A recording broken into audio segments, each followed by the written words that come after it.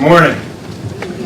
So I think my job is to celebrate, to invoke some memories, to talk about people I know, talk about people I don't know. So this is a kind of a family celebration, so I'm going to show some pictures. If there's people that I don't recognize, I will point them out and you can say who you are. If I miss anybody, like family parties that I've had at my house, if somebody comes in and I don't know who you are, by the end of the night, we're best friends, but we're Irish. So that's part of my job, is I want to celebrate the 50 years. The other part, depending on when Erica leaves, is I'll tell you what I think of the future of NLS. And I do that, I met with my staff yesterday, and we decided that we would look at the future in terms of being unfettered by budget, being unfettered by bureaucracy. And they said, please give credit to us, it's not your idea, Mike. No, I'm teasing. It was a nice joint collaboration. We've been talking about these things for a while. So, you know a lot of this stuff. We follow cohorts. We have a complete history. A number of years ago, actually Catherine made an announcement that the Secretary of Labor was going to come by the next day. And we had to be prepared just to say what we do. And I didn't realize I was the very first visitor that you walked in with. So Elaine Chow came in, and she came into my office, and she said, "Hi, I'm Elaine Chow. What do you do that's important?" Well, I was the NLS director, and fortunately, Catherine had sent out that memo. So I said, well, we measure the number of jobs people hold in a lifetime. They use that data for everything thereafter. They love that particular concept. So NLS did resonate with the upper bureaucracy at DOL at one point. I mean, at all. Sorry. There are numerous ways I can get myself into trouble, and you're just seeing one of them. We have a complete history of so many things: school, training, income, assets, cognitive and non-cognitive skills.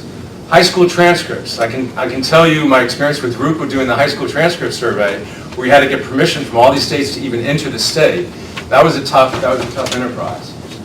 By the way, I was director for the NLS Y97 round 1 and beyond for a few rounds, and I'll be talking about sort of all the NLS directors prior and post me. As Erica mentioned, the original cohorts began in 1966, and I think a shout out to the Census Bureau. They've done a lot of work through the years on the original cohorts. They own them, so to speak, because of the Title 13. But it was as Erica said, we have really high response rates, and it's the tribute of a lot of different organizations, including the Census Bureau, NORC, and CHRR.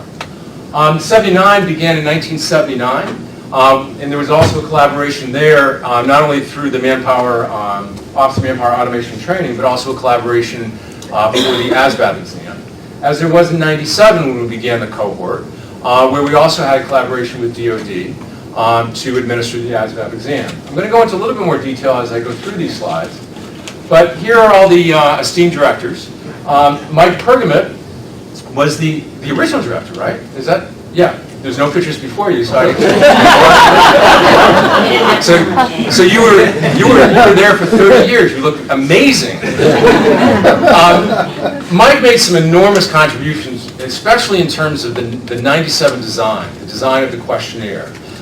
It was very, very ambitious. I was sort of the lucky recipient of a questionnaire that was almost to bed when we were doing a pilot fielding. But I think the sort of intellectual credit, he and Ken Wolpen and their whole design group, I think, just did a tremendous job of ushering in the 97. Chuck Perrett followed me, and he's been the sort of steady hand for all these years in terms of keeping the NLS both alive as well as prospering. And Chuck has, I think, decided to relinquish the reins to go back to the life of research. In one-sided and two-sided marriage search. And Jeff is now the new director of NLS. And it was funny, yesterday we were planning for the middle of the NLS 50th, and I said, Jeff, I have a budget problem that I got to bring to you, and we need a resolution by 3:30 this afternoon. So he got a baptism by fire yesterday. So we had the original cohorts. The data were collected by census. They were composed of about 5,000 individuals. I guess I could read my screen here. And one of the things I think has been the hallmark of doing these cohorts is that we're looking at all the different types of life events. So we're looking at labor market decisions. retirement, the decision to leave and return to the labor force, the transitions from school to work. Anything that involves sort of the transitions where the power of longitudinal data is that you have the precursors, you have the events, and then you have what happened afterwards. The closest thing that we have to cause without having a treatment control group. I think it's just a fabulous way of looking at the world. I did not know Cliff Kelly or Herb Parnes, but they were the original founders. My understanding is that Cliff was sort of the administrator that really helped get these on the ground, and Herb Parnes was the sort of intellectual force for the original cohorts. In the '79, there was a decision, and this is sort of our reading of the history, to replicate the young men and young women cohorts to evaluate employment and training programs for youth. We're BLS, we're interested in labor. But one of the, I think, the hallmarks of all of these cohorts is that we bring in all these different agencies to talk about all the other aspects of people's lives that are affecting their decisions, including labor market decisions. They were born between 57 and 64, oversamples of Black and Hispanic youth and military. First interviewed in '79 on an annual basis, and then I forget when they went to the biennial. Does anyone remember the year? 94. 94. I knew people would know the answer. And interviewed for the 26th time in 2014-15, ages 50 to 58. So obviously they're on the cusp. Now they're retired. These folks all had defined benefit plans, and they're just enjoying life, I'm sure. I can't tell you how many retirement parties I go to every week for people that are ages 50 to 58. Michael Boris was the original principal investigator. Ken is not here this morning, is he? He's much younger than his picture looks. Randy Olson has not changed a bit, except now he's in color, not black and white. And Audrey Light, I believe, has just recently stepped down. Is that correct? And now I think the interim principal investigators are both Rosella and Randy. Randy will never retire, even though he sort of says he has retired. Where is Randy? He's hiding. You can't hide, Randy. You're too tall. I have to say this. People probably know this. And I'd miss Randy's retirement party if he had one. But I always swore when I was at the NLS that one of the things I would do is have a list of Randy colloquials, or whatever you call them, sayings. And my favorite one was he would talk about the cohorts and say, well, that part of the cohort is at the thin edge of the wedge. If anyone recalls Randy saying that in meetings. The children of the NLS, what a brilliant idea. You know, we have something we can leverage, something that we can take advantage of. The kids that are born to this cohort. And wouldn't it be nice if we could do that for all of our cohorts? We can assess them cognitively, non-cognitively, at very early ages, and get markers that, other than just simply educational attainment, get markers that can really reveal patterns to pathways to success in life.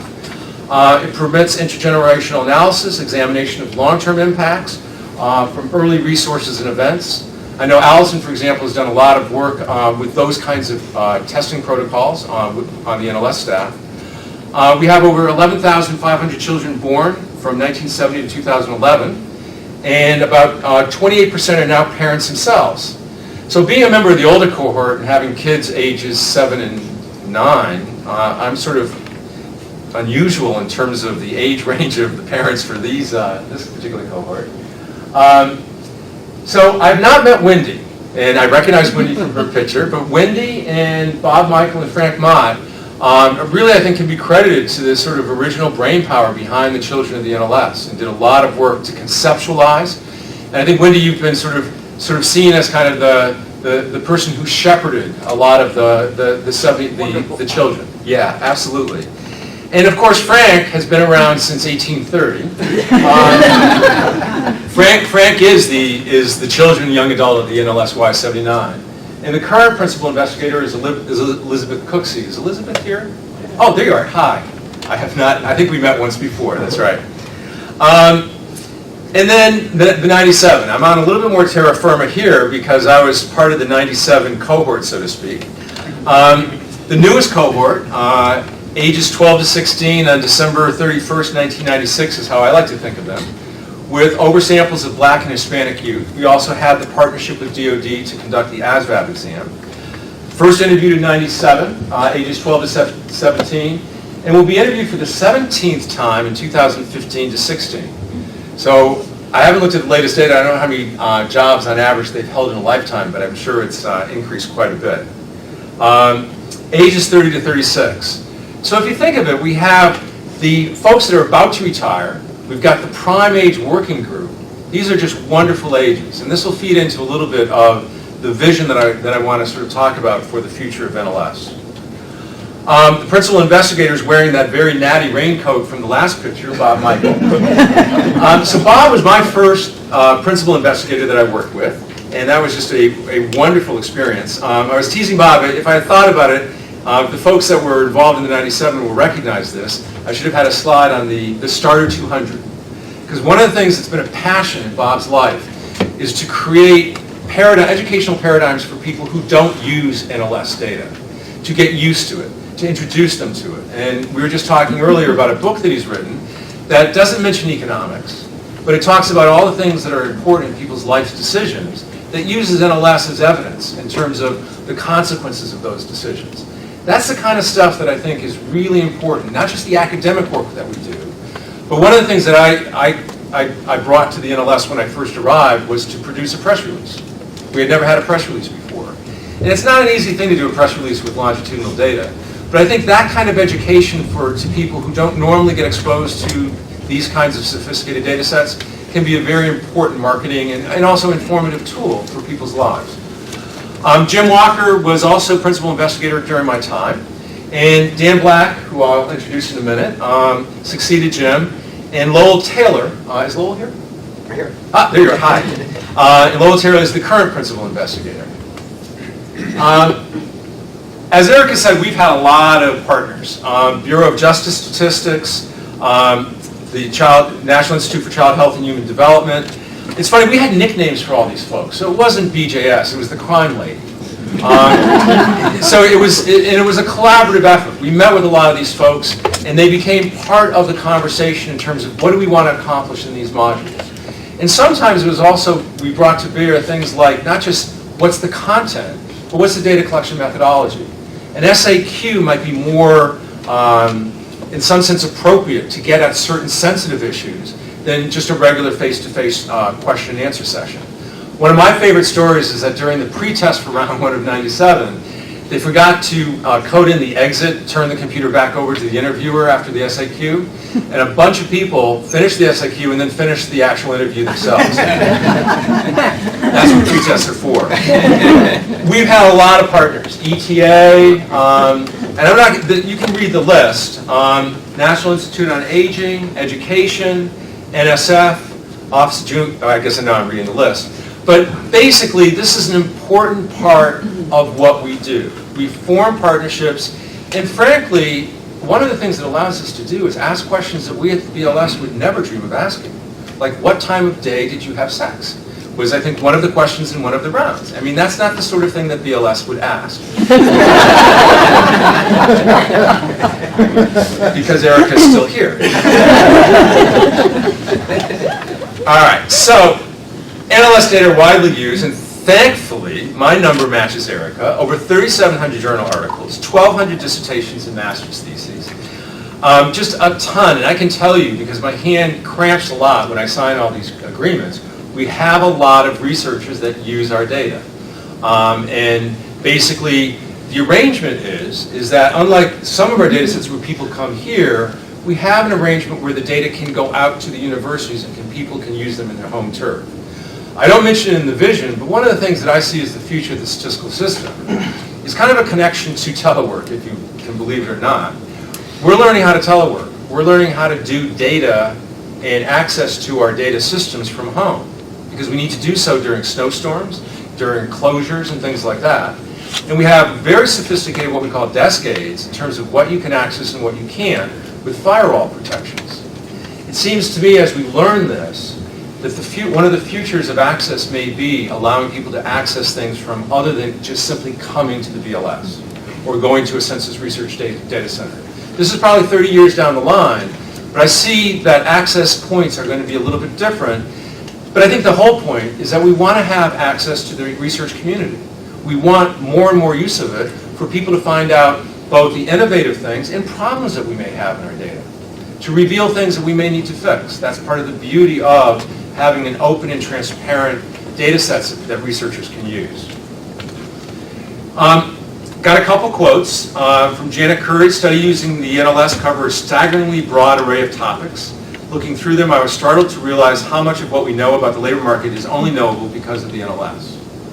I talk a lot about mover-stayer models, for example, in some of the work that I'm doing recently, dealing with just some education issues. And it's partly a tribute to understanding the dynamics of what goes on because you can measure things longitudinally. You can't get that from cross-sectional data.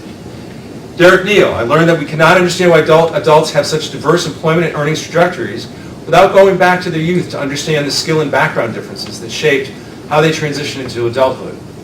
Just think of some of the studies that have been done using broad cross-sectional national data like the impact of minimum wages, where even in the CPS we can't identify if somebody actually got a minimum wage increase. We just know their earnings. You can get at specific issues with specific measures, as I said, where you can look at the exposure of an event to people before, during, and after. So it adds a color, it adds a degree of detail you just can't get elsewhere. So, future. We have uncertain budgets. They are the norm. They're not the norm just for NLS, they're the norm for all of us. And it affects all the agencies, perhaps differentially at different times. Some agencies do better than others in some years. We've gone through a bit of a rough patch. We are dedicated to preserving our programs. We also are faced with tough management decisions. And so the only thing I can say is we are here because we believe in the program. So trust us in that sense. We try to make the best decisions for social science, but we also face what can be very troubling times. One of the things I love about Erica's leadership, and Catherine before her, is that we have leaders in the Bureau who are really attempting to market the Bureau and make it well known, to tell people why the data we have are important, and why we're not we don't have a lot of fluff. We don't have a lot of excess surplus anywhere. And so what we don't do is we don't cut training. We don't cut training for field collectors. We don't cut tuition and reimbursement, things like that. We have on occasion when we've had a small cut. But you get a large cut, unfortunately we sometimes do have to cut programs. But this is an important program. And the goal here is to preserve it, is to survive it. And not just to survive it, but to grow it. And so what I want to do is, I hope that through time we can take advantage of the broad and deep support, the value and contributions of the NLS. And frankly, friends, this comes from you. We cannot lobby for our own programs. What we can do is show the value of our programs. So you're part of this community. You're part of the community that helps to protect the NLS. And I look forward to that collaboration in the future. But budget realities notwithstanding, what would we like for the NLS? I'd love to introduce new cohorts on an ongoing basis, every 5 to 10 years to cover the age spectrum. When I was NLS director, I had a plan for doing that, and I used to go to Newark to meet the budget folks, Antonio Macias and Heather, I can't remember Heather's last name, and Antonio was so taken with my idea that he had a spreadsheet going out 50 years that he had on a roll of paper that during one meeting he just rolled out because he wanted to track all the cohorts, when we would do a list area survey to identify new housing, when we'd introduce a new cohort. We had some sample attrition in there to maintain budget. It was fascinating. But it just makes good statistical sense to identify cohorts at young ages to minimize initial conditions bias and to follow them through time. I'd also like to create a vibrant research agenda, and I give credit to Mark's leadership on this. He's really pushing this, and I think it's a great idea, based on merging relevant data sets with the NLS cohort files. Can we leverage the potential of administrative data to provide objective measures to complement self-reported activity by respondents? We believe respondents, but we also really want to know what they say relative to what is reported to them in other formats. For example, the earnings of self, and even spouse and partners. So we have a lot of information we want to collect about the family unit where the respondent is just one person in that family. Well, can we get a hold of wage records? Can we use wage records through the LEHD program, for example? We have a pilot that we're starting now to get wage records here at BLS, which is a very important step in that process. Medical histories. Could we get a hold of Medicare records? The National Death Index. Criminal activities. Self-reported crime versus FBI rap sheets, I think would be a nice comparison. Loan debt. Whether it be student loans, home loans, or credit scores. I'm really reaching here because a lot of these, and you know this better than I, are very hard data sets to access. But these are the kinds of things, I think the future, as you sort of nip away at them one at a time, we're going to get more and more opportunities to do these kind of merges. And in a constrained budget environment, this makes a lot of sense. For each cohort, can we create intergenerational longitudinal files? The initial parent interview in the NLS 97 is a good example, which is something that I think was just really, really innovative. A risk, because it risked, I think, response rates, but I think it was well worth the risk. Could we get children and grandchildren of the NLSY in 79? We have the children, what about their kids? And perhaps even the 97, although we do have some initial conditions issues that would sort of take place now. Can we leverage the interests of a wide variety of government agencies, those partners I talked about, to create a multi-purpose and multi-funded shared longitudinal cohorts? This is distinct from what we do now, which is reimbursable activities on a one-on-one basis. In other words, we have a lot of shared interests. Could we share budget and share domain expertise that would allow us to create cohorts over time that would cover the age spectrum and have a true partnership across all these agencies that love the NLS? Let's have them love it together in terms of providing a joint approach to having something, if we're not going to get budget, having something that would cover all the age spectrums. So for example, shared cohorts with DOJ, or the Bureau of Justice Statistics, DOL, DOE, Department of Defense, ETA, which is part of the Labor Department, the National Institute for Aging, among others, to provide domain expertise for planning modules throughout the life of each cohort. In other words, from a survey methodology perspective, do it in the beginning. Provide a funding platform for the introduction of new cohorts on a periodic basis to represent the age spectrum. Develop a priori plans for interviewing the children of cohorts. For example, this is just an example, begin a youth cohort, oversample based on crime, add a military supplement a few years later because the Department of Defense wants to know about the folks that are going into the military on something other than just a self-selected basis, compare them to the civilian controls. Introduce immigrant samples every 5 years, a key missing component. And follow these folks through retirement. So, I didn't pass any of this vision by Erica, but she's smiling, which is good. This is only a vision in the sense of, I think we need to think broad. I think we need to think about the future not being sort of handcuffed by budget issues. We're handcuffed by budget issues on a day-to-day basis. Every once in a while, you need to step back and look strategically at where could we be, where do we want to be in the future, so that the NLS 50th can be followed by an NLS 100, which I'll attend. I'll be the grayed out pitcher. But where we can have a vibrant future for this that is meaningful, and also one where we're not struggling just to simply start a new cohort every 10 or 15 years. So thank you, and my next job is to introduce Dan Black, who has terrible handwriting. He is professor, and he's either deputy dean or party dean of the Harris School at the University of Chicago. Dan?